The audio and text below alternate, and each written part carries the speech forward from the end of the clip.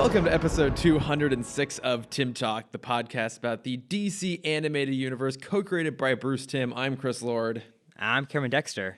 And welcome everyone to our penultimate episode of our DC Rewatch podcast. Yeah, I feel weird. How are you feeling, Chris? I do as well. It's been very interesting, like watching these episodes of JLU, knowing that it's building towards the finale in the show and in the universe, and then it's building towards the finale for us as well. And it's like these multi-tiered levels of emotion, and I find myself being like very emotional watching episodes that aren't actually that emotional. Mm-hmm. So yeah, I shouldn't have been like tense watching ancient history. Yeah, but I was. I absolutely was. Yeah, the whole thing is just kind of intense. But yeah, this is it. This is the home stretch. It's just the two of us now. It's been lovely having guests, but we're back to just you and I. So I know, unfortunately. I know, but to our mutual chagrin. We shouldn't have had our two best guests. Not that our other guests weren't great, but like the most knowledgeable guests we've had on exactly in the past 2 weeks. That really showed us like, fuck, what have we been doing for the past 206 episodes? Yep, they set the bar very high, and at the point now where we could really use some expert perspective as things come to an end, it's just us once again. Yeah, I have a few big questions, especially around ancient history. I would love someone's insight on. Okay, I will not us. I will do my best to try and help. Okay. But yes, as mentioned, we're covering ancient history and Alive. So basically, kind of like the last standalone episode, and then what I think you could more or less say is like the first half of a more or less two-parter of the finale, and then we'll hit Destroyer next week as the actual finale itself. But yeah, shall we go ahead and dive on in here? Let's jump on into it. All right, so starting off with I didn't write synopses. Shit. That's okay. Okay. It wouldn't be episode 206 if you wrote synopses. I will just wing it. So in ancient history, we see the return of Carter Hall, a.k.a. Hawkman, who is there to kind of like stir shit up a little bit. And then the Shadow Thief makes a return and kidnaps John and reveals the ancient history of Shayera Hall, Katar Hall, and Vishari, a former incarnation, possibly, of John Stewart, and we learn the shocking truth of who the Shadow Thief is and his ultimate plan to kill someone. Yeah, it's kind of bullshit. Okay, it's as comic booky as it could get. I'll say it that way. There are some. You're kind of right, but there are some things kind of like about it. But let us start off with the best cameo in this whole thing, which is of course Gentleman Ghost. Always such a treat seeing Gentleman Ghost. I just rewatched Teen Titans Go versus Teen Titans, and the Gentleman Ghost version in that is just so damn funny that I think my memory of that just seeps into any time I see him elsewhere. My first episode of Brave and the Bold, and it was one of those moments where it was every time I turned it on, it was the same episode playing. Of course, yeah. And it's the one, I think it's the one where Batman and Green Arrow get flung back in time to fight, Morgana. Oh, okay, yeah. But it opens with them fighting Batman fighting Gentleman Ghost with Boston Brand. That's right, yeah. And he's just so, like, the banter between Gentleman Ghost and Brave and the Bold Batman is so good. He's such a funny character, and apparently his inclusion here was very deliberate because he's actually connected to Hawkman and Hawkgirl. I don't know if you looked this up at all, but I actually looked up something. Look at you. I know. Someone's pulling weight in this week. Trying to really show off at the end here.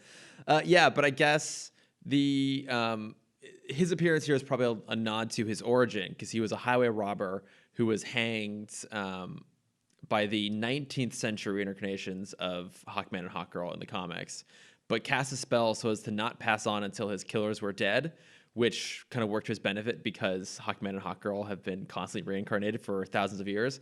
So he's just chilling at this point now.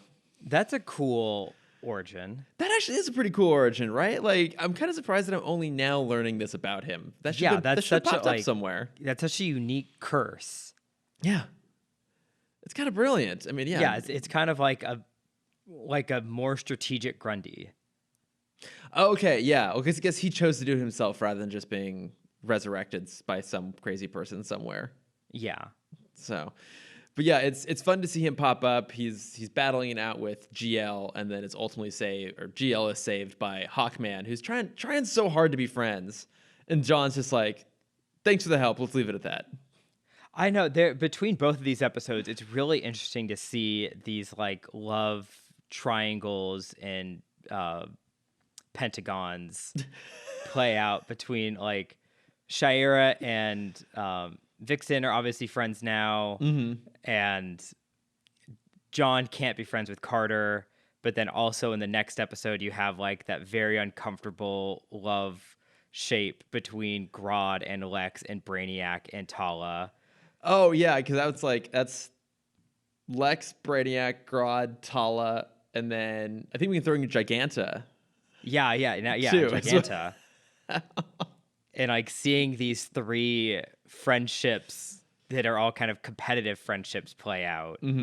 It's some of them are very uncomfortable. Anything around Tala, I am like physically uncomfortable with right now. Yes, but we'll get to it. We'll get to that. I will at least say here that like they make an effort to have some fun banter between Shayera and Vixen in particular when they're working out at the gym.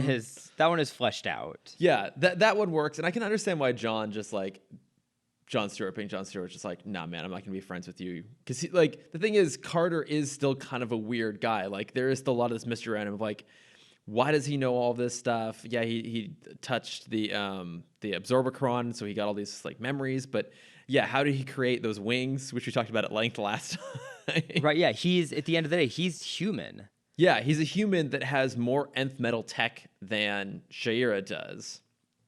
And is like kind of obsessed with her in a very uncomfortable way. And everyone keeps referring to him as Shayera's stalker boyfriend. And she was like, he's not my boyfriend. But also, I mean, this man's very good looking. I'm just going to say. I mean, he is Indiana Jones. Yeah, he's just Indiana Jones. I mean, would I be super upset if he were stalking me? If he were flying around on weird hawk wings, that part might put me off a little bit, to be perfectly honest. In just the X. Yeah. Oh, that can stay. That can stay? Okay. That can stay. As I was watching this, I was thinking that I really hope that they have a comic accurate costume for Hawkman in Black Adam. Oh, yeah. There's got to be a nod to it at least. I certainly hope so, considering that he's played by Aldous Hodge, who is in absolutely incredible shape, and I would love to see him in a comic accurate Hawkman. Well, I assume he's probably just going to be shirtless, because that's easier. That's but fine. At some point, they're going to go through like a carnival scene, just like in Shazam, and it's going to be like a prize are going to be these suspenders that he wears as he wears them across each other, like no one. No, else but someone's going to look at suspenders? it, and it's going to be like they're going to make a joke about it. They probably will. It'll probably be some stupid ass thing like that. Or like, what's some bullshit DC would do? They're going to go to a strip club, because DC would do that. Also, did you see the news that there's going to be nudity in Batman? I did. Fully unrelated. I did see that. If I were to suspect anything, it's probably going to be like a murder victim, like one of the Riddler's murder victims. I don't think we're going to see any Bat Dong. You're not excited for Bat Dick? I'm always excited for Bat Dick, obviously. I just don't think that's what we're going to see here. Plus, like, it's still PG-13. Like, you can't really. Oh, that's true. Yeah, okay. Like it might be. We might get like some butt somewhere, maybe. Yeah, I could see them doing like a nod to Seven. Yeah, exactly. So we might get maybe like a little bit of Selena butt, or maybe some Bruce butt, or it's probably just gonna be like a dead body somewhere. So, somewhere in that 3-hour runtime. Yeah, maybe the entirety of the 3-hour runtime. Maybe just like those bat cheeks are just can't contain them. Just present all the time. Look, I am still. The suit is so skin tight. It got the Norwegian A15 rating. Exactly. Yeah, they had to basically count it because the pants are so tight. I mean, look, I'm still excited for that movie in a lot of ways. There's a lot of ideas in there that I think are really interesting. I did go and buy myself the Lego version of the new Batmobile, which I have to admit is a pretty cool design. There's lots of stuff I'm excited about, but then there's always some other piece from like, oh God, especially the 3-hour runtime. I was like, I don't need that. I don't. I really don't. I know it's interesting because I feel like the roles have been fully reversed for this movie. Because I'm not excited for Batman. Yeah, you're not excited about it at and all. I don't like not being. I want to be excited. I mean, I am excited. At the end of the day, I am excited. I'm looking forward to it. But 3 hours. 3 hours. My God. Yeah, But anyways, so what were we talking about before? Yeah. So anyways, we're all still a little bit skeptical of Hawkman, and then Shayera and Mari are like chatting in the gym, and she makes a comment about how she's going to be off in Milan for a week doing a photo shoot, and if Shayera is going to make her move, now would be the time to do it. And Shira has this great comment like, why is it always about the guys? And Mari's like, well, it is always about the guys. Just speaking from personal experience, I can agree with that. But it does seem maybe like a little overly simplistic in this universe. But I do have to say that I like their dynamic. Like even Shayera's whole thing of like, I miss Thanagar. On there, I would just poison you. It would be really, really simple. Right. And I mean, it is like that is. We don't know if they have any other common interests. So right now, like from an audience perspective, their only thing in common is John, and that they're both superheroes. Yeah, John, superheroes, that they survived a cat fighting ring together. That is true. Yeah, they survived a random moon together against Thanagarians. I do like that the series keeps finding ways to put them in a space together. And you can tell that it's almost like they begrudgingly are competitive. Like, I think that without John in the picture, they would be really good colleagues and probably good friends. But with John around, that's just not as possible. Yeah, I don't think it'd be truly fair because like Thanagarian strength is better than human strength. But I would have loved to see like both of them working out the same, like both of them on the treadmill together, and Shayera like going a little bit faster than Vixen, and then Vixen going a little bit faster, and then like her activating like Jaguar and turning it up to like 30 miles an hour, and Shayera just flying over the treadmill, just constantly kind of competing back and forth a little bit. Yeah, because like they have the personalities where, like even if John wasn't in the picture, I think they would still be competitive with each other. I think so, just as like a natural base of friendship. Yeah. Well, plus that Shayera just is a competitive person. Yeah, they both are. Yeah, and she'll fuck with everyone left and right, and God, do we love her for it? So, but they're working out together, and a little bit of repartee, and then John shows up, and of course, Vixen assumes that he's there for her. It's like, nope, he actually needs to talk to Shayera because he's still worried about John.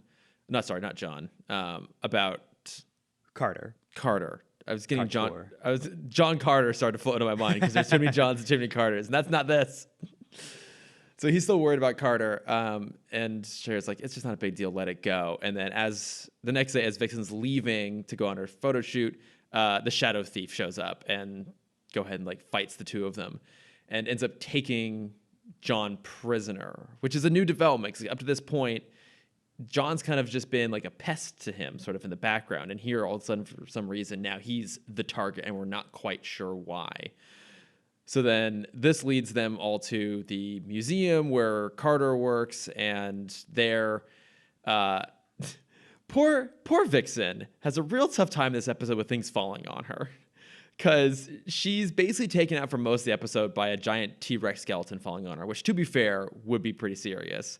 But that sequence is like Joaquim dos Santos did the art direction for this episode. Yeah, and that was probably one of the coolest bits of animation I've seen in all of the Timmverse is when she gets punched through the T-Rex's mouth, and you see it from like a straight on perspective of her falling through the rib cage, and then hitting the back of the T-Rex. Like she was eaten by the T-Rex basically. Yeah, like, that was so cool to see. It is a good shot. I think my issue was in the previous fight sequence in John's apartment, between the two of them, between John and Vixen and Shadow Thief, is that like I get the Shadow Thief has a bit of an extra advantage in that he is like semi-intangible a little bit here. But he's going up against two very competent, very veteran Justice League members. I mean, one is literally a founding member and one of the most powerful people on the planet in the form of John. And then Vixen, too, with her power set of being the pulling animal, is very, very challenging to go up in a fight against, and he really gets the best of them pretty quickly. And it was the fact that twice in this episode, Mari is taken out by things falling on her. First a bookcase, and then a T-Rex, and it felt kind of like the writers having to find a way to take out Superman or take out Jean, Martian Manhunter, in previous seasons. We're like, okay, this character is way too powerful. We have to come up with a reason why they're taken out. I had a hard time believing that Mari would actually be taken out by a bookcase falling on her. Yeah, that one more for sure. Yeah. The T-Rex I understood because she got like punched into it. Yeah, she got, I guess, like punched through it and kind of like raked along the inside of the like the bones, to your point, and then the whole thing fell on her. Yeah.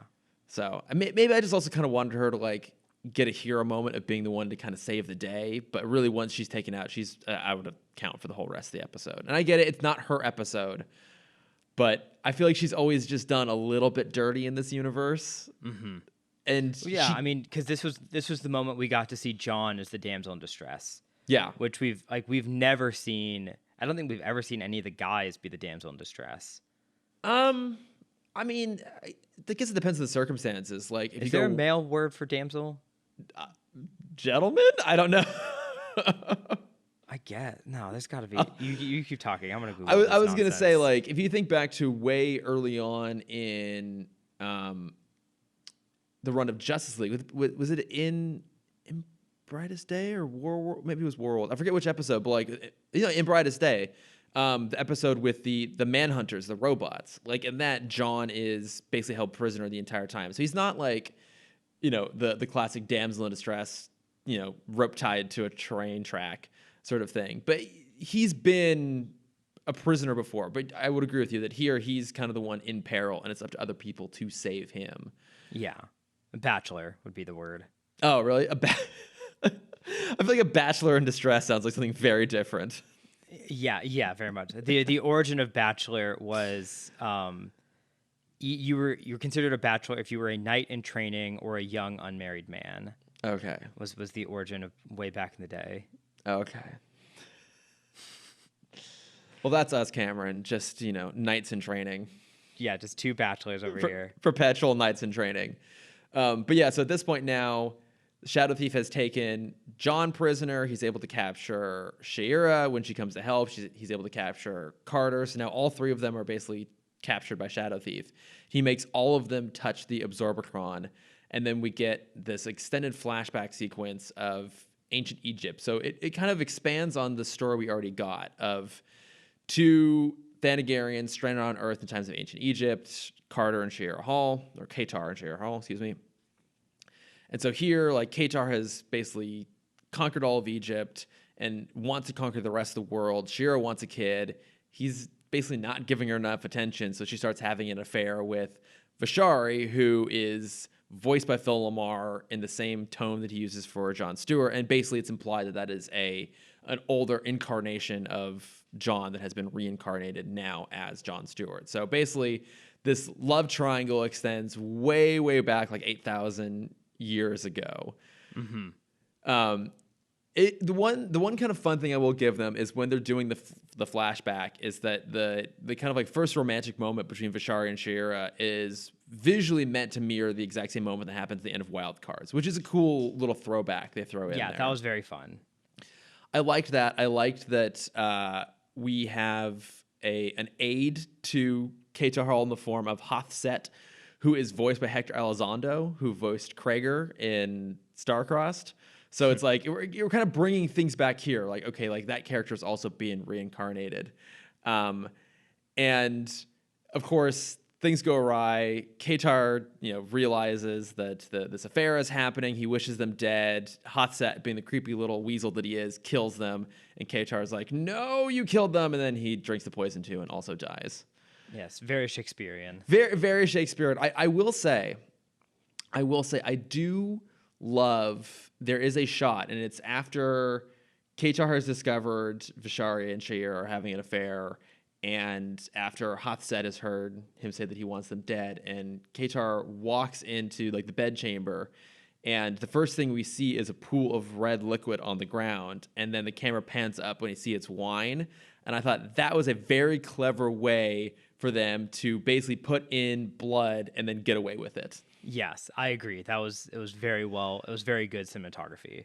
Because when I saw that, I was like, oh shit, like there's a pool of blood. Like this is such a bloodless show. I'm like, yeah, I also thought they got stabbed. Yeah. Which would have been, of course, very Shakespearean. Yeah.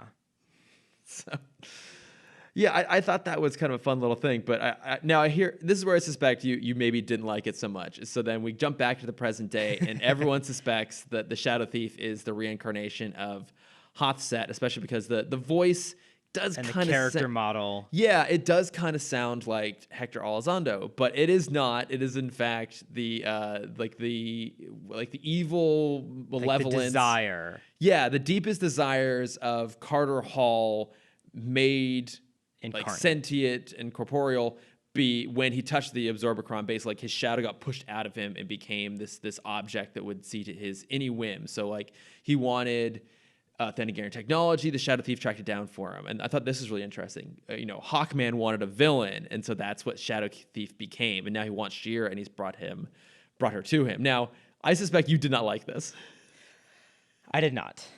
But it's a red herring, Cameron. We love it's a red herring, and it's a good red herring. It's a very well disguised red herring. Yeah, but I know. I agree. It is not a character named Red Herring, which is why I don't enjoy it. I can't be like super hateful towards this because I'm sure the origins of this story go back much further than this, but quick spoiler alert for one of my favorite books, Wizard of Earthsea. This is the premise of that book as well. Oh, okay. Where it is basically Harry Potter goes to a magic school, and he's so powerful that he has to show off to his friends, so he tries to kind of reincarnate someone, but instead he fills that body with his like evils and his desires and basically his power. And so it's him spending the rest of the book, Sparrowhawk spending the rest of the book kind of traversing the world, trying to figure out what he created and how he can stop it. And then at the end, you find out that it's him. He just created himself. And so it's him having to confront his evils. Okay, interesting. So you saw something else like this recently, which maybe kind of made it less of a twist. Yeah, but I mean, recently the book came out in 1964. Right, but you just read it recently. Right? Yeah. But okay, but did you watch this when it aired back in the day? I don't remember this episode. Okay, because I watched all of these. I remember there being more to the dynamic, the Hawkman, Hawkgirl, Vixen, Green Lantern, Shadow Thief, that Pentagon of Chaos. I remember more of that than was present in the last episode we had on this, whatever that one was called. So I knew there was more, but I don't remember the details. Shadow of the Hawk. Shadow of the Hawk, thank you. So I remember there was more, but I didn't remember the details. I'd forgotten that Shadow Thief was Carter Hall. So like that was kind of like a nice little surprise. And I guess maybe because I hadn't seen or read something about that recently, it did kind of work for me. Like I was generally like, oh shit, yeah, that's actually kind of a cool twist on the whole thing. And it did. I get what you mean. It does feel a little bit convenient. It feels very comic booky, fantasy, sci-fi, whatever you want to call it. Like it feels like a bit of a cliche. But I guess the nice thing it does though is it makes it a more personal story. And it gives Hawkman like the redemption at the end. Yeah, because after it is revealed that it is his kind of dark desires incarnate. He tells Carter like, "Hey, the only thing standing between you and what you want, which I brought you, is John Stewart. Yeah. So just go and kill him." Mm-hmm. And instead, Carter absorbs the shadow back into himself. And then nothing changes. Nothing changes, yeah. There is that. I think that was it. I think it's the fact that nothing changed after he absorbed him. And I do agree with you. Like, this was kind of meant to be the finale for the story between John and She-Ra, but obviously it's getting more complicated with all these other characters that have been involved.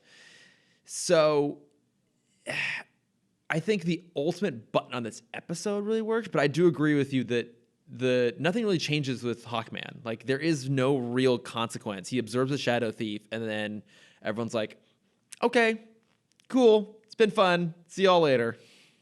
Yeah, he kind of like apologized. He's like, hey, my bad for being a creepy stalker. If something happens, cool. If not, whatever, see ya. See you around. And then flies off. And so, like, I agree with you that the Hawkman stuff specifically doesn't really have a satisfying ending. But I will say that then once they go back to Metro Tower and Vixen is recovering, and John talks with Shayera, and he finally reveals the truth. So I mean, we've been talking about it a lot, like, will he ever do this? And I forgot that he did. Paradoxical ethics. Yes, I mean, it is really interesting. Like, he says, I haven't been fair to her, I haven't been fair to you, I haven't been honest with you. Like, Batman and I went to the future, and I met the man who could be our son, but I won't let fate dictate my life. I'm going to stay with Mari. Which, good on him for finally doing it, for finally saying that. I mean, also a really hard thing, I'm sure, for Shayera to hear, which is like, she's in love with this guy. He's not getting back together with her. He's going to continue to stay with his current girlfriend, and that might mean that a son that they have in a timeline could possibly not end up existing. And I think for me that moment when she goes to Batman and just sits down and says, "Tell me about my son," that was the moment that really got me. That I thought that was just like such a touching, heartbreaking moment that she has there. Yeah, and that's also, it's the first time we've seen Batman in a while. Yeah, right. It was a nice breath of fresh air to see him again. Right? Where have you been? Oh, right, yeah, hiding just off in a room, sitting at the computer the whole time. Yes. Yeah, because like that's such a hard conversation, and like I was reading someone else talk about this episode and how like they're trying to allude that after seeing her past self, that now present Shayera is now like baby crazy. And like, I didn't see that at all. I don't see that at all. I don't know where they were coming from with that perspective. No. Maybe there's like a comic that was coming out around the same time that they were talking about. I don't know. Because even the idea of her like being baby crazy in the past felt a little shoehorned. Yeah. Yeah. They just needed something to like show that Katar is not being affectionate, basically. Yeah, it was a shorthand to raise the personal stakes for her relationship with Katar in the past. And I was like, okay, fine, but I don't buy that. I guess I don't buy it because that's not what I feel like Shayera now would do. But they are different people at the end of the day, I suppose. Mm-hmm. So yeah, I mean, the button at this episode was fantastic. Like it is what we've been talking about for weeks now. Is like, how do you have that conversation? Do you have that conversation? And like, yeah, and I think one aspect of this episode is, fate is a big part of this storyline. Mm-hmm. What is your own choice versus what is predestined for you? And I think one of the reasons I want to talk to you about this, because I don't know exactly how I feel about it yet. When it's just Carter talking about all the past stuff and Shadow of the Hawk, Hawk Girl refuses to like believe any of it. Is like, oh, that's all nonsense. It's just in the past. Yeah. But then once John gets wrapped into it, then suddenly it's like, oh, maybe this is real. Like, I don't really she has more. I feel like she has more faith in it after seeing that John was attached to the story. Now I'm trying to remember. Does she touch the Absorbicron in Shadow of the Hawk? She does. Okay, so she already had has absorbed some of this past knowledge. Yes, but she basically said like, oh, it wasn't actually us. It was, the Omicron is like the holder of all Themysciran knowledge. The Absorbicron? Kind of what is it called? The Absorbicron. What did I call it? The Omicron. Oh, that's what I have written in my notes. Still relevant. The Absorbicron. I think it's supposed to be like a Themysciran library, basically. And like, if you don't know how to shift through the knowledge, then you just kind of get bombarded with it, and it kind of like fries your brain. Yeah, that's what she tells him. Is that like, yeah, you touch this thing. You're human to touch Thanagarian technology that works based off of like a telepathic connection. It's beyond your human brain's ability to comprehend it. It has fried your head, and now you think this is all true. Yeah. Yeah, and I guess I do see what you mean. Like, why does she now all of a sudden take this a little bit more seriously? And maybe it has to do with the fact that it was very disconnected from her life when it was all the first time around. It was just like her and this guy that she's never met, and obviously there's the complicated factor around Katar Hall, like the the character we met during Star-Crossed that, has since died and she was in love with and had to betray. So at the time, maybe she just was in a different place emotionally. And so she just really wanted to put all that in her past. And whereas now it's like, well, this is still part of my present. And so maybe that's part of the reason she kind of connected with it more seriously. I do see what you mean. It feels like a bit of a shift that all of a sudden now she kind of is more willing to believe the possibility of this than she was before. Yeah, and also because I forgot about the thing you said a minute ago. I feel like we should have had a part where like John now believes this a lot more realistically. Because like he experienced it, it should have kind of fried his brain in a similar way. Yeah, but then maybe like she can kind of talk him back to where he is, where he was beforehand. Have a moment where he does see Carter and he's like, "My king, I'm sorry for what I did." Like having that apology moment. Yeah. I think I don't know how much he buys into it. I guess if anything, he's more concerned about future fate than past fate. That's true. Because his big thing now is like literally like, wait, am I supposed to have a child with you? Given everything else is going on. And, and you're right. This is a lot about fate. And it's like, Carter fully believes in it. I think John does, but doesn't want to. He doesn't want to believe that his future has been written for him. And I think Shayera is just kind of stuck somewhere in the middle where she's like, yeah, this is probably the case, but like this, I'm sure for Hero feels like this is happening to me and I don't have a say in a lot of this. Like she didn't have a say in Carter's obsession with her. She doesn't have a say in what John's going to do with Mari going forward. She's obviously theoretically supposed to be a huge part of this because it's her kid in the future, but she just, all these things are kind of happening around her rather than her being an active participant, which I'm sure she hates because she is such an active person. She's not a passive person at all. And she just kind of has to just let things happen, which got to be fucking awful for her.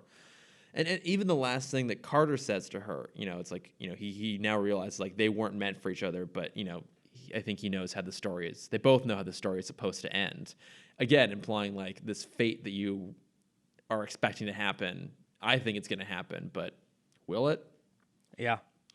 And, and it's interesting because canonically in the DCAU, that's where the story ends. Now, I guess, Bruce Timm has said in comments other places like, yeah, that eventually does happening. They do end up getting together and having a kid. And then I've alluded to this before, but there is a story that kind of continues this. And so I'll go ahead and share it here because mostly people won't go and end up reading it. But if you want to read it for yourself, it's Justice League Beyond number 7 and 8. I think they're all up on DC Infinite at this point. But basically it's this weird universe that's like kind of set in the DCAU, but kind of not. Like it's Batman Beyond. So obviously it's inspired by the DCAU, but there's little differences. So it's like kind of, we'll call it pseudo canon or like theoretical canon. But in this theoretical canon, so a few years down the line, basically John is getting ready to propose to Mari when she's killed by the Shadow Thief. All of a sudden it's come back around. Yeah, so Shadow Thief's come back around. He kills Mari. As John is trying to hunt down answers, he talks with Adam Strange, who reveals that at some point Carter Hall was captured and executed to pay for Shadow Thief's crimes. And when that happened, the Shadow Thief was able to escape from Carter's body and basically just do whatever he wants now. So he goes off and takes revenge by killing Mari. So then Shayera joins John in the hunt to find the Shadow Thief. They find him, and John pulls a gun and shoots him and kills him. Very un-Green Lantern of him. Well, that's exactly it. So at that point, the Guardians pull John to Oa, strip him of his ring, and vow that Earth would have no Green Lantern until they found a human who was at peace in mind, body, and soul, which that person eventually ends up becoming Cairo, who's like a Buddhist monk. So it kind of makes sense why there was a huge gap there. But I mean, it's a pretty intense story, and basically they return to Shayera and John return to Africa to bury Mari, and they end up staying there, and they eventually end up getting together and have a kid who ends up becoming Warhawk. So there is an answer to that question of how does this story end. Now, whether it's actually considered canonical or not is unclear, but given that Warhawk existed in Batman Beyond in that show prior to the Once and Future Thing story arc, I think we can assume that is always going to be the eventual outcome, is that they'll have a kid together. Got it. Complicated shit. Yeah. Yeah, there's a lot of fate talk in this. I have one note and one question. Sure. One very big question. Okay. I guess kind of two notes. I really enjoy the way they animate Shadow Thief in this. I feel like they do a lot of reference to like how they animated Ink back in Batman Beyond. Oh, that's a good point. Very similar movements, which was very fun to see. Mm-hmm. The whole sequence, especially of them when it's not Green Lantern and not Shayera riding the horses in ancient Egypt. It was giving like really vivid flashbacks of Prince of Egypt. Okay, and I felt like they were doing a really nice callback to that beautiful movie. Mm-hmm. But then connected to that, my question, and I genuinely pride myself on my knowledge of random mythology and random facts of the past. Okay. Is the idea of the queen cheating on the king with the king's best friend, especially in ancient Egypt, I feel like is such a trope we see everywhere. Not everywhere, but I feel like we've seen it a couple times. Because isn't that also the premise of The Mummy? Yes. Yeah. Yes. Is there a base origin of that story where that comes from? You're asking me about I don't know, maybe ancient you would mythology? What our time together makes you think I'm going to have an answer to that? I spent a good hour going through different Egyptian stories and different Egyptian queens and seeing like, is it based off a real queen? I couldn't find any. I'm going to run with the assumption that has more to do with like American storytelling than ancient Egyptian storytelling, because like it's not like that is exclusive to Egyptian stuff. I mean, let's be honest, it could even go back to like Shakespeare. I mean, that's not exactly what happens in Hamlet, but it's not hugely far off. It's not what happens. Yeah, I mean, it's not entirely far off. I think that's just like a part of storytelling for a long, long time, right? Which, you know, a lot of it just stems from women's possession or men's possession of women in most storytelling. I think that's kind of where it starts, and we've just seen it pop up everywhere. You know, because yes, you're right. It is in The Mummy where, Anaxunamun's like the bride of the pharaoh, and she is in love with Imhotep. So yeah, it's a thing. It's totally a thing. Okay. So what I did find through this research, which is nonsense, which I think is very interesting, I did find one small reference, but we didn't know about it until 2014. So it obviously couldn't have been what everyone was referencing. Okay. But there's like in one of the tombs of I don't remember which queen it is. One of the queens pre Cleopatra. Mm-hmm. They found this kind of tablet of hieroglyphs on it, and in the corner, there's like another man that kind of pops up across a couple of the hieroglyphs around her, and people are assuming it was who she was having an affair with, was this other guy who was just kind of always present in her life. Yeah. But yeah, that wasn't until 2014. But then also reading this, I went through like what was the laws around adultery back in ancient Egypt. Oh my God. And funny enough, they kind of just didn't care.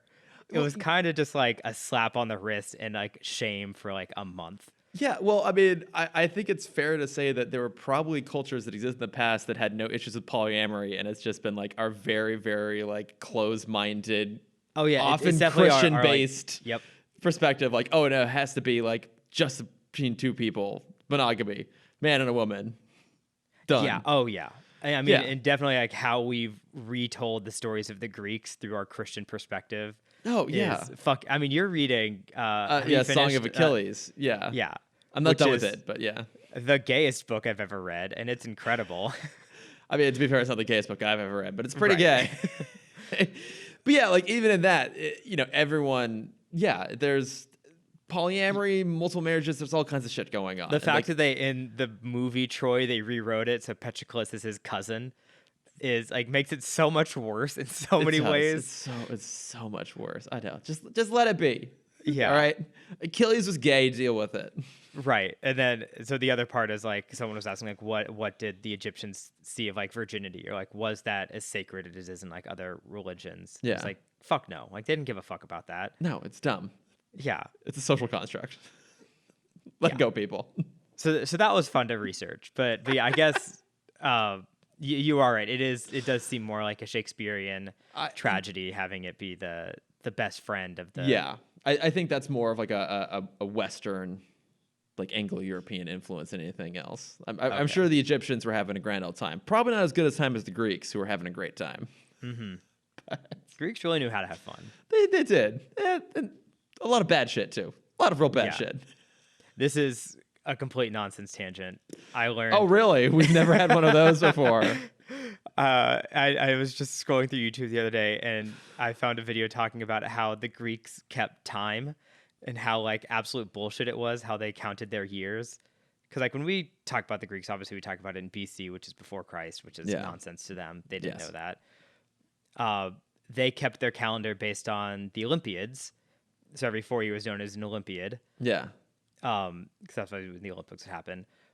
But then in Athens specifically, they wouldn't number they would have like Olympiad 1.2. So it was the second year of the first Olympiad. Mm-hmm. But then they wouldn't number their years. Instead, they had kind of this mathematician / timekeeper who was in charge of the monthly festivals. So that's how they kept their months.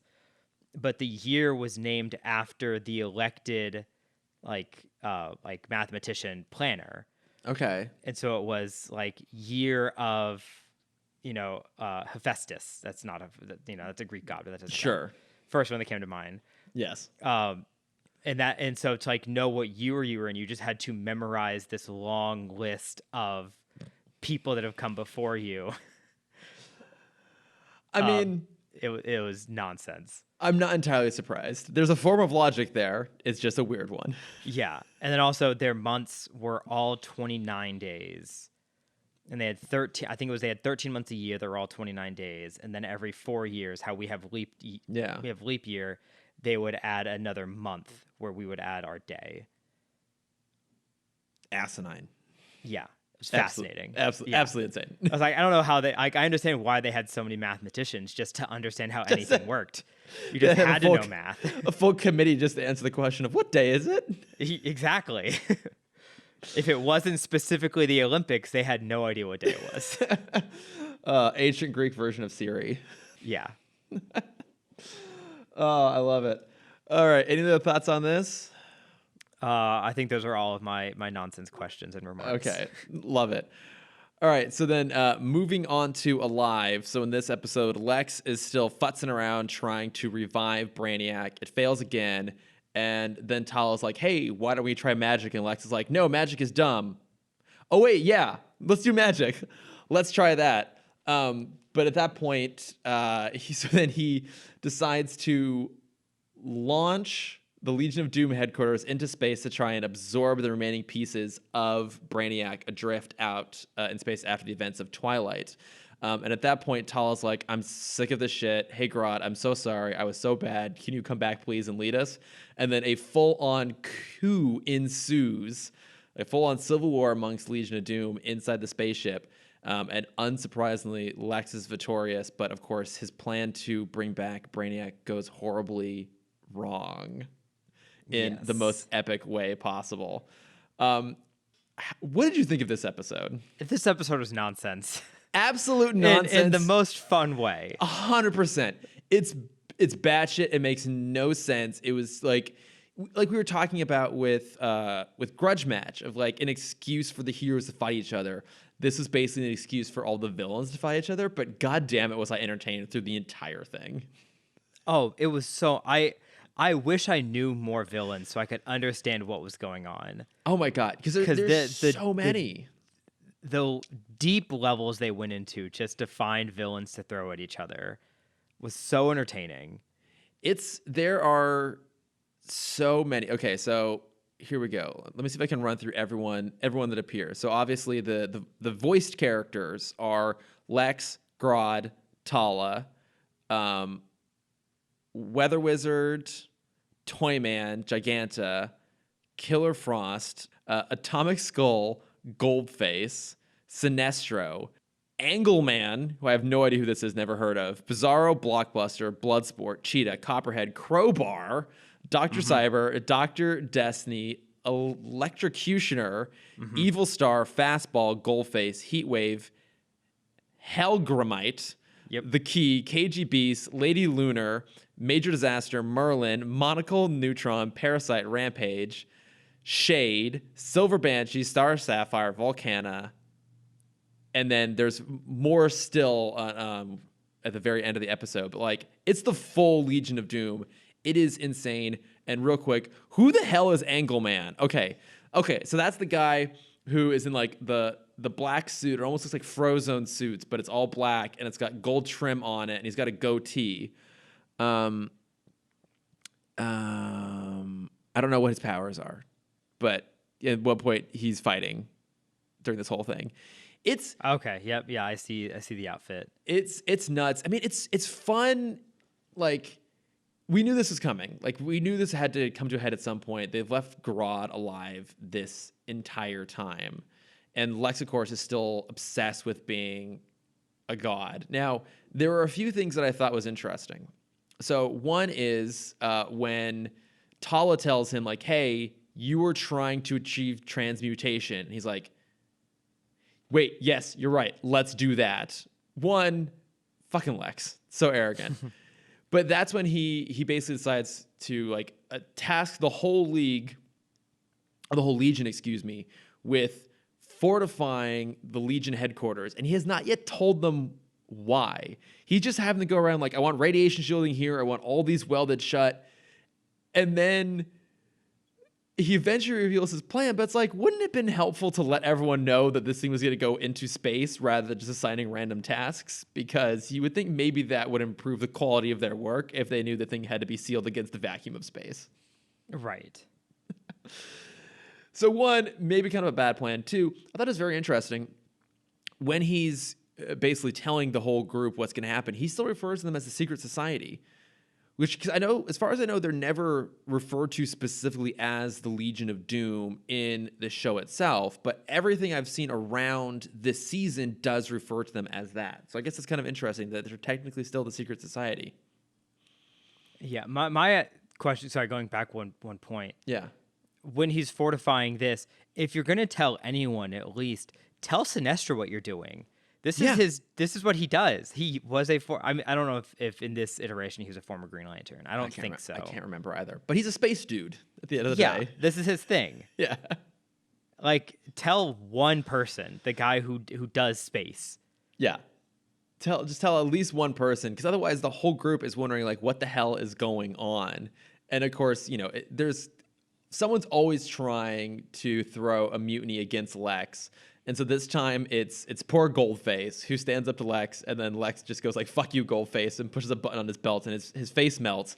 But then he's fine because he's fighting later on and his face looks just fine. But yeah, he turns their headquarters into a spaceship with a hyperdrive. Just nuts. Right. Absolutely nuts. Steering the ship is Toyman. Which is delightful. He's great. He's terrifying. He is so creepy. And okay, low-key, is Toyman one of the most brilliant engineers in this entire universe? I guess so. And what made me think of that is when the full-on coup is happening and Icicle, this is Killer Frost, is trying to kill him. He's using a yo-yo, and he flies the yo-yo out from his hand, and it just shatters this massive chunk of ice that Killer Frost is riding on with like this loud cracking boom. Like, he's made a yo-yo that has the destructive power equivalent to, like, I'm not going to say a Superman, but certainly a strength-empowered villain or character. Well, I think if I had to assume what he's doing, is he kind of turned the yo-yo almost into a bullwhip. And so, like, whenever it makes it's basically making, like, sonic booms. Yeah. Whenever it makes contact with things. Yeah. But how fucking brilliant is that? It's still at the end like a little yo-yo string. Like, it still works as a yo-yo. This is why I think he is underappreciated for his genius. You think about all of his death traps, all of his weapons, they also are perfectly disguised as and function as toys. Like, they are all perfectly dual purpose devices. This is what Willy Wonka wishes he was. Honestly, yeah. 100%. And I mean, beyond the fact that like his design is so fantastic in this universe, and the voice, Corey Burton doing the voice in this is so perfectly creepy, but just and I'm referring mostly to like his better uses. So, I'm saying like Superman for the most part, Justice League, maybe a little bit less so, his appearance in Static Shock.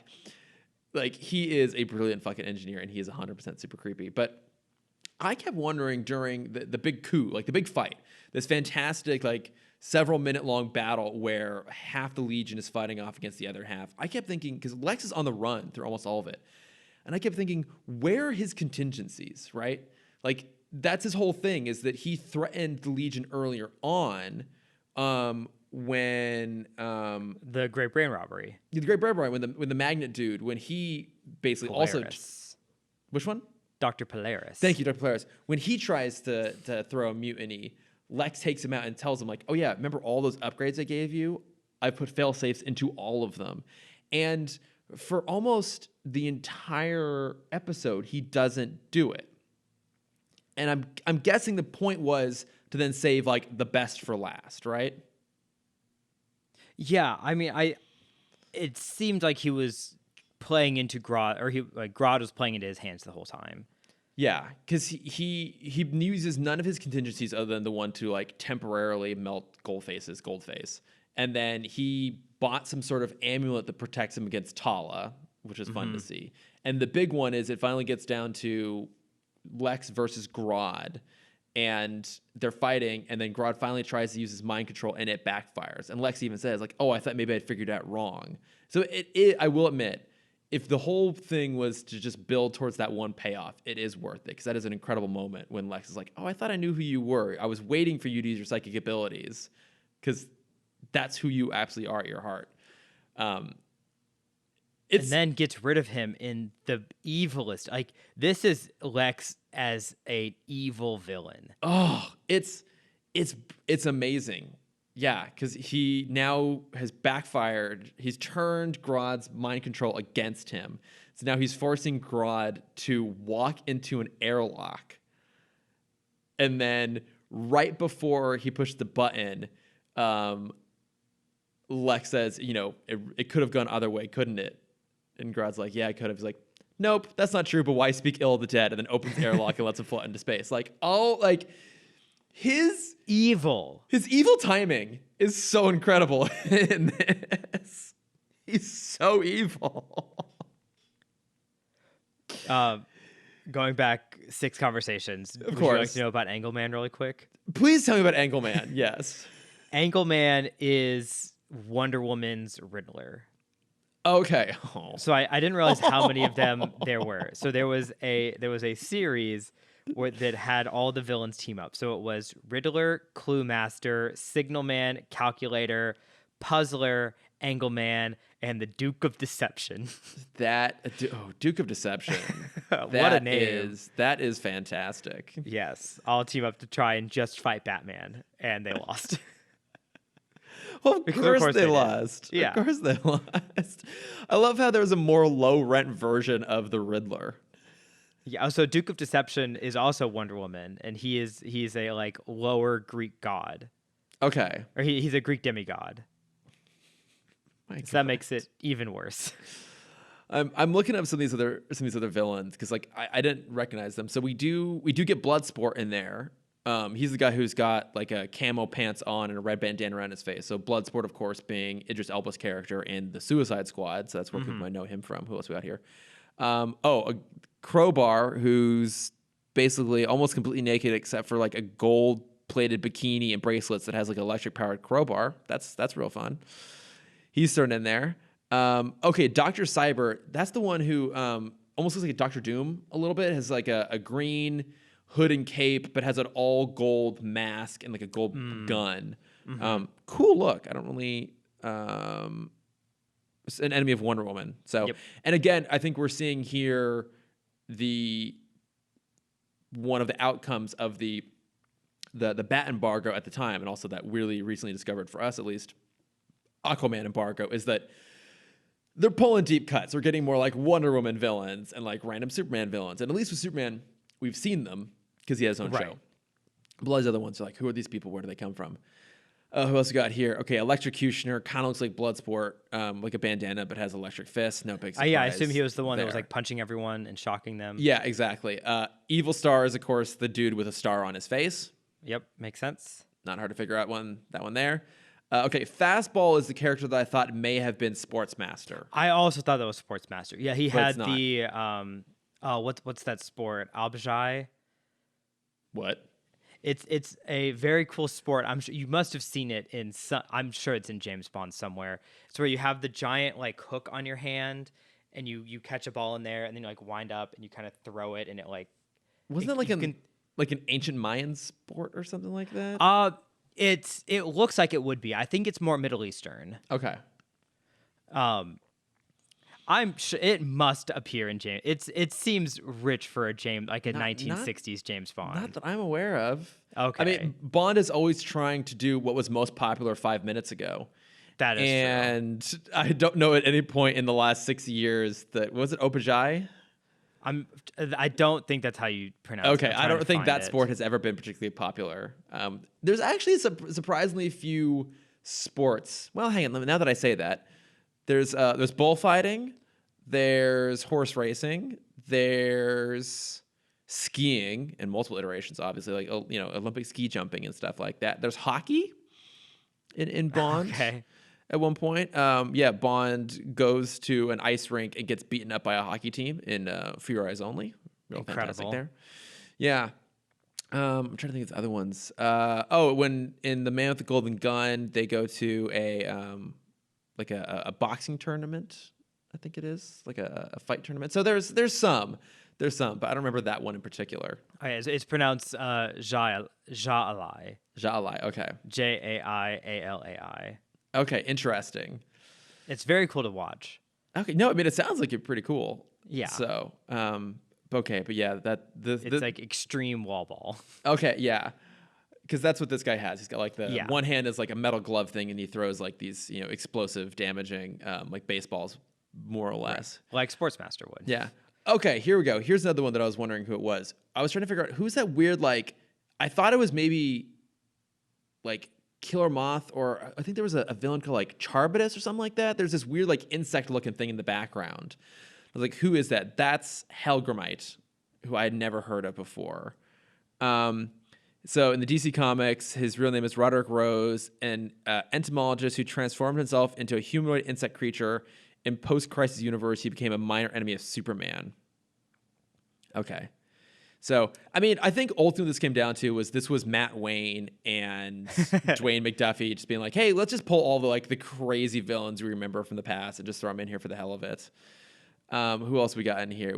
Lady Lunar, who I barely remember popping up anywhere in this episode. Looks like she may have only been sitting at the table. Is she maybe a Dr. Midnight villain? I don't know. I'm not sure what her deal is. All right. Major Disaster, who kind of looks like Hourman, but he's got like purple and white going on. He is a Green Lantern Flash villain, looks like. We have Monocle, who's the man running around in like a cape and a Snidely Whiplash style mustache and a monocle. I love it. Oh, what a look. Let's see. All right. Jonathan Cheval was an honest businessman who worked in the optical field. A criminal destroyed his business, so Cheval started his revenge on everyone who helped destroy his business. He designed and utilized an arsenal of special monocles that fired various energy rays and beams. He's a recurring opponent of Hawkman. Incredible. That is absolutely beautiful. And then lastly here, Neutron, who... okay, this is the one that I thought was like Firefly. Okay, yeah, I think he kind of looks like Firefly a little bit. He's got a similar kind of look to him and looks like a similar kind of power set. So, I mean, crazy number of random villains they threw in here, which was really fun to see. It was fun to just see like characters that I don't even know who they are, just fighting each other just for the hell of it. But so, Lex once again puts down a mutiny. He's got all of them captured, and he's like, give me one reason why, we should spare you. And then Killer Frost, being the total badass that she is, just freezes all of them. He's like, all right, Killer Frost, you're in. The rest of you are out. So, and then now here's where things get really, really, really nuts. So like if everything's been kind of like just fun batshit up to this point, here's where it gets really crazy. So Lex has now basically forced Tala to be inside this machine and to use her powers to collect the essence of Brainiac left out in space. As far as I can tell, I think her fate is left unclear as to what happens to her, whether she is killed by the machine or not. Because he like used her as basically the energy source to revive Brainiac. Yeah. So we don't really know, I think, what happens to her. Let's double check here. And really, that's fine with me. After this episode, I'm kind of done with Tala. Okay, here we go. Looks like, yeah. So at least according to the DCAU wiki, she died in the process of utilizing this machine. Now, it is heavily thought that possibly her last act of revenge is the ultimate pitfall here. So, right before they throw the switch on the machine, we got an appearance that I had totally forgotten here, which was Metron. Of the New Gods. Now, I don't know a lot about Metron. I don't know if you looked him up. I know about his chair. Okay, it's like, I mean, he's all-knowing, right? He's like an all-knowing being, and I think the chair what gives him the all-knowingness. Yeah, because I think there's a storyline where Flash sits in the chair. There's one where Batman sits in the chair. I Yeah. know. I think that was the beginning of the Three Jokers. I think like he asked who the Joker's identity is. Yeah, that sounds right. The Mobius chair. Yeah. Mobius chair. A scientist who obtained the ability to travel through time, observing the universe from one end of infinity to the other. So yeah, in the comics, he's a new god who is ambivalent towards the war between New Genesis and Apocalypse. He's just more concerned with the overall path of fate through the universe. Among his notable achievements was co-creation of the boom tubes and creator of the Mother Box. So that's pretty cool. Oh, that's right, because he appears in Young Justice, right? Doesn't he? I think so, briefly. Okay. But so he shows up, he stops time and shows up and he's like, Lex, don't do this. Like your next choice, your choices here threaten the existence of the entire universe. Don't do this. And Lex is like, well, that's the point, dummy. I'm going to do it anyways. It's like, okay, but we will all come to regret this decision. This real ominous beat. And then time restarts, and kind of before Lex can get his bearings, Toyman, in his just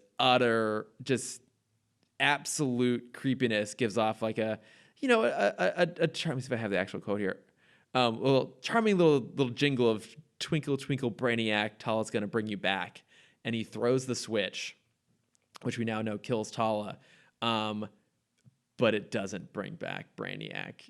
No. It brings back Darkseid. It's so cool. Okay, so at this point I have to ask you, did you see this episode when it aired back in the day? Yes. Okay, because I remember watching this and as a kid being like, holy shit, it's Darkseid. I think when I was a kid, I don't think I knew who Darkseid was. And Okay. So when he popped up, I'm like, who is that? Okay, yeah, because at that point I'd been watching the whole universe all the way through. I'd seen Twilight where he seemingly dies. So what I was alluding to earlier is it's heavily thought, and I guess not really confirmed anywhere, but heavily speculated that Tala's last act of revenge is that she chooses to bring back Darkseid rather than Brainiac. Got it. In that movie. Whether it's canon or not, it's entirely unclear. But then all of a sudden, Darkseid's back. Now, here's the thing that always threw me too, is when he reappears, he's got an entirely different look to him. Did you also assume that he had been partially fused with Brainiac and that's why he looks that way? Yeah, I read someone online talking about that they had fused. Apparently that's not it.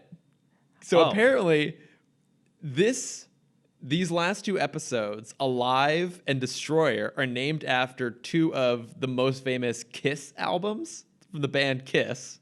Oh my God. And so Darkseid's new look apparently is just Kiss inspired and he's not fused with Brainiac. Incredible. I love that even more. Which is an even more insane rationale, and I love that that's what they chose to do. But he even says, like, you know, your world will suffer, but I will grant you a quick death. And then he just destroys the ship, and we don't see what happens to anyone there. And so, of course, he continues his journey to find the anti-life equation. So he shows up on Apocalypse, which is, you know, we've been seeing through a number of episodes that Apocalypse has an ongoing civil war, and it's clearly hit to a peak here, where Granny Goodness and her Furies are going up against Your German boy. Baron Wunderbar. There you go. And like things are about to go down when Darkseid shows up, and it's like, my children, like, stop this endless fighting. Like, you know, I'm back. We must destroy Superman on Earth. And when it's pointed out to him that would disrupt his peace with New Genesis, he's like, that's where we're going next. Mm-hmm. So his like rampage tour of revenge is going to started with destroying seemingly almost the entire Legion of Doom, reunites Apocalypse. He's going to go off and fuck up New Genesis, and then he's going to show up on Earth. And so the very final moment of this episode is at Metron Tower, and one of the Justice League staffers runs in, is like, Superman, you got to come outside. And so Superman and a bunch of the big leaguers come out, and there's Lex with a few remaining members of Legion of Doom, and he's like, we have a little problem. The understatement of the fucking century. Yeah, there's so many questions at the end of that. Like, yeah, I'm very excited to get to the next episode. How do they survive? Of course, Lex had some plan set up. He always has something. But yeah, I mean, talk about like what a button to put on the end of an episode. Like, it just that last 5-6 minutes. You know, we'll call it the death, quote unquote, of Grodd. You know, it's very much a comic book style death. He could probably come back if they ever wanted to, but like the death of Grodd, the appearance of Metron, the activation of the machine, this sense of doom, the appearance of Darkseid, the aftermath of all of it, the League showing up for the Legion showing up to get the League's help. Brilliant. It's so good. Like, and the rest of that episode is fun just to see everyone fighting. But those last few minutes, just like the surprises and the intensity of the storytelling, makes this such a fun episode. And it's certainly what it's teeing up. I am incredibly excited to get to. Yeah, I'm a little upset we paused between. Like, I didn't want to wait a week. I know. I know. Like we kind of screwed ourselves by structuring it the way we did, because I forgot that the last 2 episodes are basically of a piece. Mm-hmm. Here, so yeah, we have to wait to come back and finish it off here. But I had one other big note on this episode, which is, to my knowledge, I think this episode has the highest death count of any episode or movie in the entire DCAU. Unless, like, at some point there was an actual planet destroyed that we, like, it's alluded to somehow. I mean, I guess other than, like, the death of Krypton, which is probably the big one. Mm-hmm. But, like, in terms of known characters, so many fucking people die in this episode because it's almost all the Legion is killed. Now, it's all off screen, but so basically what happens is, like, there are,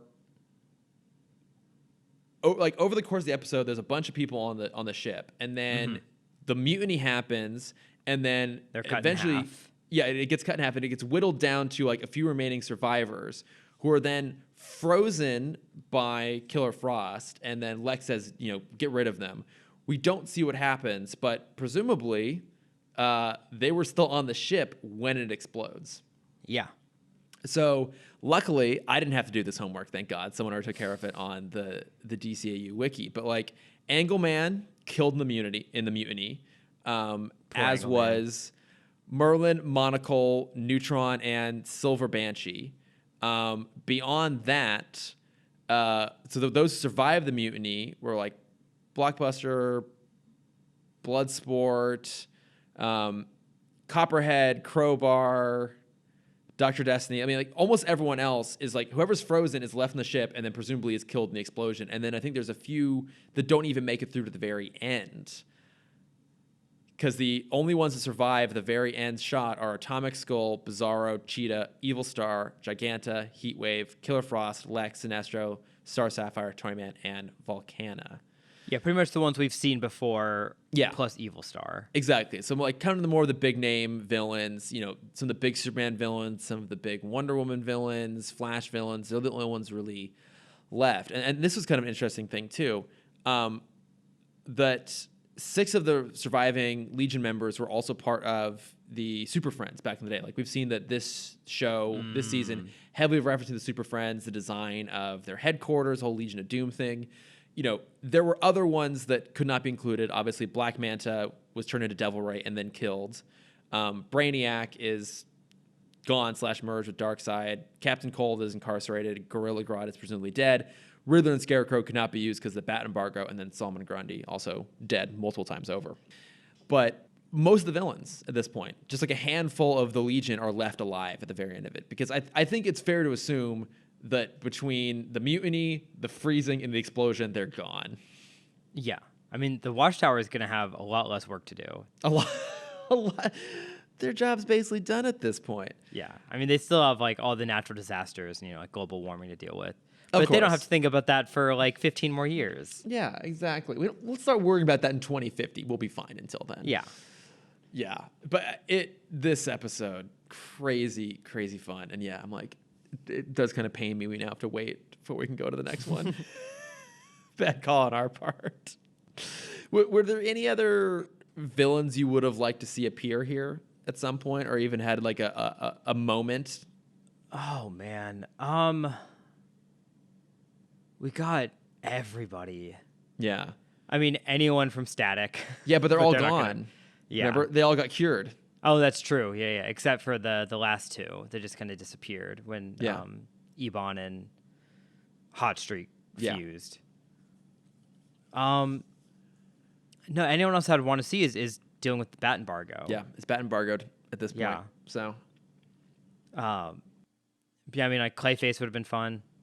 Yeah, Clayface would have been really fun to have in here as well. Yeah, it or really Two-Face have like one side of him like survive on Grodd's side, have one side on sorry. Grodd's side and the other side on Lex's side, and they're just like holding a gun to each other. He's fighting himself. That would have been fucking brilliant. Yeah, it is really disappointing that so many of the Batman villains, which just generally speaking are the best, you know, were put aside here. Now, the one nice thing is it allowed an opportunity to bring in other villains we don't normally get to see, which is really fantastic.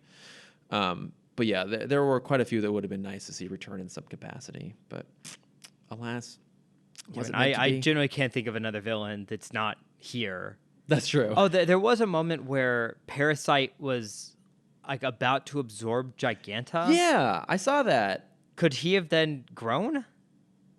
I guess so. He would have. I think he would have been able to. Yeah, because when he absorbed Superman powers, he could fly and everything. Yeah, that would have been interesting. I know that would have been cool. I guess. Yeah, I mean, what? Parasite must have died in all of this, didn't he? Yeah, he was frozen. He was frozen and presumably exploded. Mm-hmm. So, hey, but at least Silver Banshee got to come back after we assumed that she was left for dead in the world at the center of the earth. So good for her. Mm-hmm. But yeah, this was fantastic. Oh, the line that when we see him throw Grodd in the airlock, that's pretty evil. But the line for me that was like showed that Lex is the most evil is at the top when he's talking about bringing back Brainiac. He's like, I'm about to become a demigod. I'm about to be more powerful than all of you combined. Then he pauses, even though I'm already more powerful than all of you combined. Yeah, exactly. It's like, you cocky dick, but he is. Like, he is. Kind of is. Like, Lex, as he's written in this universe, is almost the way that like Batman is written in the comics, where Lex just has like it almost like a Deus Ex Machina, get out of jail free card at everything. Like you could just say like, oh, Lex is a genius and he just built this thing, and he always knew that he needed this thing, so he built it and he planned ahead and assumed you have to use it at some point. Like he just gets to be like the master inventor, master strategist, and you can just write him to do anything and justify it because he's Lex. Mm-hmm. And honestly, it works. Yeah, every time. It works every time. Yeah, how do they get back to Earth? I don't know. Lex did it. How did he survive? Who knows? Yeah. Yeah. Because I don't think they don't have any magic people at this point. Yeah, they killed Tala. I mean, they killed Tala. Sinestro. Sinestro and Star Sapphire. Put him in a bubble. Yeah. Could have made them make through. But yeah, it's otherwise it's like, yeah. Any other thoughts on this? I think that's that. If they did that today, if they did this episode today, is there any other villain you would like to see besides Darkseid pop in? Or is Darkseid always kind of like the big bad at the end? I mean, I think it ultimately does come down to Darkseid. I mean, there's an argument to be made that maybe Brainiac is more powerful and, generally speaking, a greater threat to the universe. But Brainiac is dispassionate. He's a robot. Now, he acts human-esque sometimes, but ultimately, like, he isn't driven by ego and revenge in the way that Darkseid is. And, like, Darkseid, as a strategist, knows when to, like, pull back sometimes. Like, that's why he ultimately ended his initial campaign to take over Earth in Superman. Because he knew that the wrath of the New Gods and of Highfather was not worth the cost. And at this point now, he's like, I don't give a fuck anymore. I will take the world. I will take the universe with me if it means I get to have revenge on the people that killed me. So I think this was the best character they possibly could have pulled, because I don't think there's anyone that poses a greater threat to this universe than him, especially after he's been killed before and pissed off. Yeah. There's one not recent but more recent character named Atrocitus. Do you know much about him? Oh, he's a Red Lantern, right? Yeah, he's the head of the Red Lanterns, and he's kind of just like a more angry Darkseid. Okay. I think he would be cool to see in this universe somewhere. But I just need to shoehorn in a Green Lantern thing. I know. It had to find a way, and I appreciate it. So. Or Larfleeze. Poor Larfleeze. He'll get his time. Someday. Should we move on to some bat plugs then? Let's do some plugs. All right, Cameron, what do you got to plug this week? I feel like I haven't seen a lot of great stuff recently. Okay. Except. Okay, I thought you were about to start a long list of non-plugs. No. I thought about it. I'm like, no, I got to plug something that's good for me. And I thought it'd get more negative reception. But apparently pretty much everyone's enjoying it so far, which makes me happy. I think I know what you're going to say. Is it How I Met Your Father? It's How I Met Your Father. Yeah. It's on my list, too, actually, of things to plug. Oh, my gosh. You're watching it. I am watching it. I'll let you go first. Okay. The pilot is not super strong. The pilot's awful. I hated the pilot, and I almost stopped watching it right then and there. I'm very happy they dropped more than one episode, because if they just dropped that, I think it would have been canceled on the spot. Yeah. It's they're trying to find their voice. They're trying to find their, like, the characters. It was incredibly uncomfortable in the first two episodes, them trying to write like modern slang into the show. Yes. Because I think when they started, they were trying to get like they were trying to get Gen Z to watch the show. But then by episode 3, I think they realized, like, this isn't a show for them. Like, we got Lizzie McGuire. We have Hilary Duff. Yeah. The show is for 30-somethings. Absolutely. Like, all the characters are all the characters are millennials. Yeah, exactly. Yeah. They're all late 20s, early 30s. Yeah, all the references are towards millennials. Yeah, you have Hilary Duff. Like, who did you think was me watching this? Exactly. And then in the most recent episode, they brought in Josh Peck, which just like made me I love that. Yeah, sing even louder. I was very happy about the Josh Peck inclusion as well. Mm-hmm. Yeah, the pilot's terrible. So if you haven't watched it yet, I would say watch the pilot, get through it. I think it suffers from being a archaic form of sitcom that just doesn't work anymore. Like, realistically, like, multicam sitcoms with laugh tracks just don't work anymore. Like, it doesn't play. I mean, like, the last, few big ones, like, the last big ones were basically the Big Bang Theory, and then, CBS for a while had How I Met Your Mother. They had, God forbid, 2.5 Men. Like, they had it for a little bit. They just don't work. Mm-hmm. They just don't work anymore, really. It just feels so outdated, and, like, I find the laugh track distracting sometimes. Like, it's like the writing's not that funny at times. Like, you're trying a little bit too hard. I will say, though, I mostly like the characters. There's a lot of characters, and in the pilot that made me nervous, because I'm like, I don't care for half of them. Yes. But by episode 3, I'm like, they all have their charm. And I will say, without revealing specific things, that there is a fun callback to the original series there in the pilot. And then they clearly, right up front, address the criticism around How I Met Your Mother in terms of how the structure of How I Met Your Father is put together. Yeah. They have written it in such a way to like keep it very open-ended as to where they can go with it. We'll see. We'll see if it continues to get better. Yeah. Do you have a favorite character you follow? No. Yet? What? No. Okay. What? It's been 3 episodes. They're all almost entirely forgettable. So. I mean, I like when she's taking his photos for Tinder. The fact they're still on Tinder, I don't like, but that's a whole other thing. I mean, I guess I do like. I don't know his name, but Chris Lowry's character. Actually, what else has Chris Lowry done? Because I know I recognize him from Glow. something. Oh, that's right. He was in Glow. Yeah, that's he's the right. rich guy. Mm-hmm. Yeah. Okay. That's. Oh, yeah. Because I was like, I remember liking you. Yeah, it's like why. I know that hair. It's so well coiffed because it's from the 80s. It is. That's very true. Yeah. I generally find the ensemble like pretty solid. Mm-hmm. So, and so far there's been some decently funny stuff. It's not brilliant, but it's fine.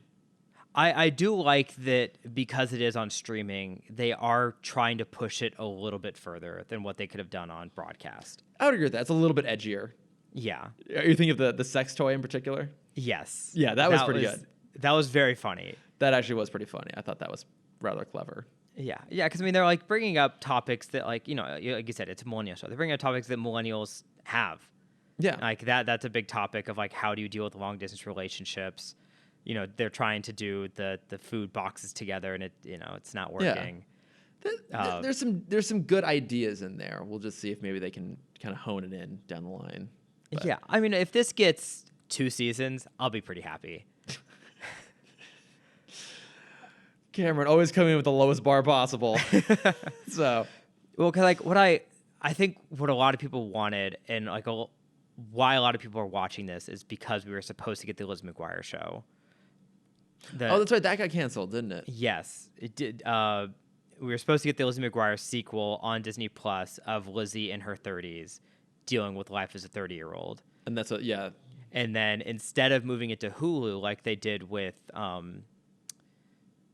gosh, what was the... Love Victor, thank you. Yeah. Instead of doing that, they just canceled it outright. And so it feels like How I Met Your Father was like the apology of like, we'll give you this show instead of Lizzie McGuire. Well, because for this show has been in development for a long time. Since like the final season of How I Met Your Father or How I Met Your Mother. I think Greta Gerwig was attached for a long time, who like now she's doing much better things than this. Yeah. At this point. Mm-hmm. Acclaimed actor, director, writer Greta Gerwig has better things to do than How I Met Your Father now. But I do see what you mean. Like, yeah, this does feel like the consolation prize for everyone who wanted the Lizzie McGuire show. Yeah. And, right now, I'm happy. I'm content. I also love that Kim Cattrall decided to do this instead of and the Sex and the City reboot. Yes. The Sex and the City revisit, which, to be fair, she's like probably getting paid as much, if not more, than she would have been doing Sex and the City for a fraction of the effort. She just sits on a couch and talks. Yeah. So for 4 minutes. Yeah. If that. So good on her. Good on you, Kim Cattrall. Yeah. So, but yeah, I did watch that. I was pleasantly surprised by how much I enjoyed it. I've been watching Superman Lois season 2. Oh, I didn't realize it already started. It's back. It's good. I have to say, I really, really like that show. It's not amazing by any stretch, but I think it does a really nice job of telling a story around Superman that's more than just him being Superman. It's really much more about like him and his family, and it toes the line of being very CW without fully going over.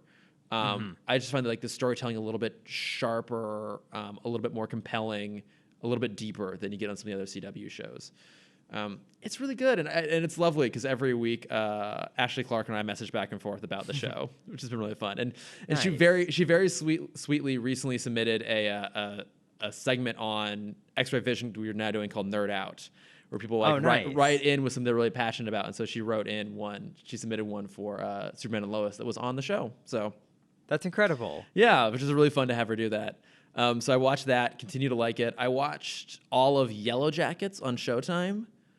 Okay, I've heard good things about it, but I know nothing about the show. It's nuts. Like, I try to give it like as succinctly as possible. So it is the story of a group of high school soccer players who in 1996 on their way to nationals, their plane crashes in the Canadian wilderness and they're left stranded there. So half the story is about them surviving in the wilderness in the immediate aftermath of the plane crash, and the other half follows some of them now as adults trying to navigate through their life being these like pseudo famous celebrities for having lived through this endeavor. And kind of like one of them's super fucked up. One of them is running for Senate. One of them's just like a suburban housewife trying to live her life. And of course, things kind of get crazy and unravel. It's brilliant. Okay. 10 episodes. All of it's out at this point. It's got an amazing 90s inspired, like kind of like female grunge soundtrack. That's really, really fantastic. Very into that. Yeah. Most of the younger cast I wasn't really familiar with, but amongst the older cast, it includes Melanie Linsky, who, again, people might recognize her as like the crazy neighbor from 2.5 Men, but she's been in tons of other stuff. Really, really brilliant comedic actress who also is really fantastic with drama. Juliette Lewis plays kind of like the fucked up one, and then Christina Ricci is like this like low key bubbling psychotic. And she's amazing. And the girl, like their younger, like proxies, like their younger versions of those same actors are also brilliant. Like the casting of the show is fantastic in terms of who they got in general, but also just comparing the younger and older versions and how they like play off each other, inspired by each other. It's dark and weird and creepy and funny in a really fucked up way. It's great. It's some of the best TV I've seen in a while. Okay. Yeah, I'll check it out. That sounds crazy. It's kind of graphically violent and grotesque at points. Some parts of it are kind of hard to watch, but it's well worth it. So I highly recommend checking that out. And then I've also watched all of Reacher on Amazon, the new Amazon adaptation of the Jack Reacher novels. Okay. This time no longer played by Tom Cruise, but instead played by our boy Alan Ritchson. Oh, that's right. Oh my God. Yes. Yeah. The trailer was basically like right-wing propaganda. That's right. What? Wasn't it? Where it's just like guns and liberty and guns. No, I don't know. Am I thinking of a different thing? Maybe you're thinking of a different thing, or maybe I don't remember the trailer, but that's not what this is. I mean, yeah, it's set in Georgia, and Jack Reacher as a character is like a former like military investigator who now just is kind of like a wanderer. And in the books, he just kind of like stumbles onto random crimes and situations almost in a Scooby-Doo-esque kind of way. Okay. But it's definitely not that, what you just described. That makes me more excited. It's a dad show. It's a total dad show. I watched some of it with my dad. It's not amazing. I'll say that. And Kristen Kirk's in it? Yes, Kristen Kirk's in it. It definitely feels padded out. It probably could have been like a tight 6 rather than a full 8. But that being said, the further in the show got, the more entertained I was by it. Again, pilot, not fantastic. But Alan Ritchson is good. Just be prepared for the more serious, reserved version of Alan Ritchson we get from, say, like Titans or Smallville, and not Thad Castle. All right, that's fine. He's not Thad Castle, but he's still funny. It's just a very different kind. But he embodies the character really well. The kind of immediate supporting cast around him, the other cops that he's working with in the town, their dynamic, 3 of them I really, really enjoyed. It's not amazing, but it's a pretty fun 8-episode distraction. Okay. I quite enjoyed it. It makes me want to go back and reread that book, which I read years ago, because I think it's quite a bit different than the book in some ways. And it makes me excited for more. I really hope they do get more seasons, because I think I think this is Amazon's replacement for Bosch, more or less, which is just like their fun dad procedural. So got it. It's a pretty good time. I forgot I have one more quick plug. Yeah. Because I forgot this took up so much of my week. I I've plugged the podcast Do Go On a few times before. Yes. They put out an amazing episode, and I learned so much from this about the cough scandal of Who Wants to Be a Millionaire. From a couple, have you heard about this? I vaguely recall something about this. Yeah. In like the mid 2000s, there was a guy in the British version of Who Wants to Be a Millionaire that won $1 million, but he never got the money, and he ended up being sued by the production company because they could hear coughs in the background as he was reading the answers that supposedly told him which answer to pick. Oh, so he would be like, "Oh, what is the capital of Texas? Is it Dallas? Is it Austin? Is it Houston? Is it San Antonio?" And then they would cough on Houston. Yeah, I forgot for a second. I think it's Houston. The state? I don't know why. Your home state? I feel You had a so moment bad there? right now. Yep. Yeah. Yes, they would cough when he would say Houston. I think it's Houston. I wouldn't do well in Who Wants to Be a Millionaire. Clearly not. Not even a Texas version of it. Not even. So that's actually an interesting thing, because it's not just the scandal they go over like the history of the game of the show in itself, which is super cool. There was like this, like when it went from primetime with Regis Philbin to daytime with Meredith Vieira. Yes. Well, so one, I didn't realize it started off as a British show, like every game show does. Oh yeah, that makes sense. They have like an underlying clause, which I'm sure they got rid of by now. But when every other country was adapting it, they wanted it to be the exact same as the British version. And it came down to like the host of the British version always wore an Armani suit. And so Regis Philbin also had to wear an Armani suit for every episode. Oh my God. Which is just hilarious. So specific. But there was this like underground ring of trivia pursuers that just like, were great at British pub trivia. And they just started making money off of Who Wants to Be a Millionaire. So they would train people to go on the show. But then also they would travel to different countries that now had the show and just play every version of it. Oh, that's interesting.